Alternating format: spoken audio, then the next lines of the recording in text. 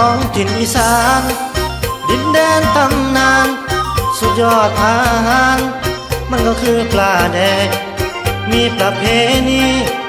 ฮิตของหลายอย่างวัฒนธรรมโบราณนานมาไปอยู่กับอายไปบ่น้องลาแล้วอายสิพาท่องเที่ยวอีสาน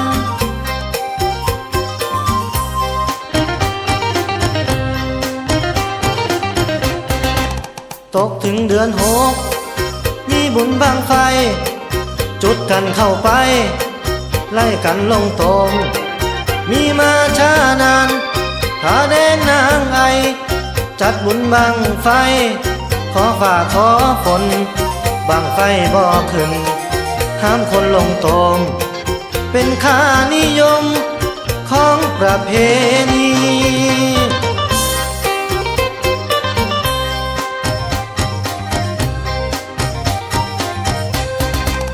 อีสานบ้านเฮา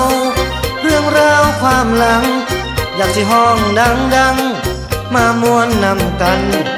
อาหารสุดยอดตามดงตามดอนคล้ายตัวนอนคือไข่มดแดงหมกหวกหมกเขียดกินแล้วมีแหงขยันขันแข็งแต่งเติมบ้านนาหนุ่มสาวบ้านเฮาเข้าสู่เมืองกรุงลืมกลิ่นลูกทุ่งแล้วบ่น้องลาเสียงพิณเสียงแคนยังคงจมหาหลงเสียงกีตาร์ลืมปลาถ้วยเก่ากลับคืนเด้อลา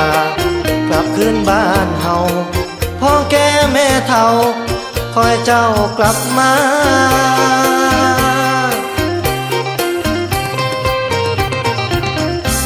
อยู่กรุงก็มีเสียงแคนอยู่กรุงมันก็มีเสียงพิณได้ยินแล้วจะเพลงฝรั่งพูดฟิตฟอร์ไฟออนอินคนอีสานพลัดถิ่นอาจจะลืมเสียงพิณเสียงแคนอีสานและดินดำน้ำซุ่ม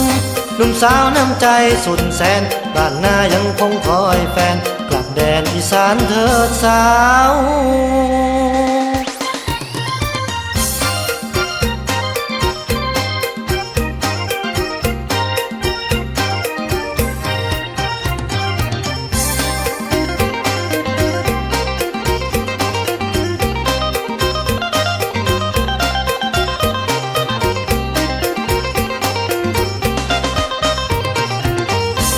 อยู่กรุงก็มีเสียงแคนอยู่กรุงมันก็มีเสียงพิณได้ยินแล้วจะเพลงฝรั่ง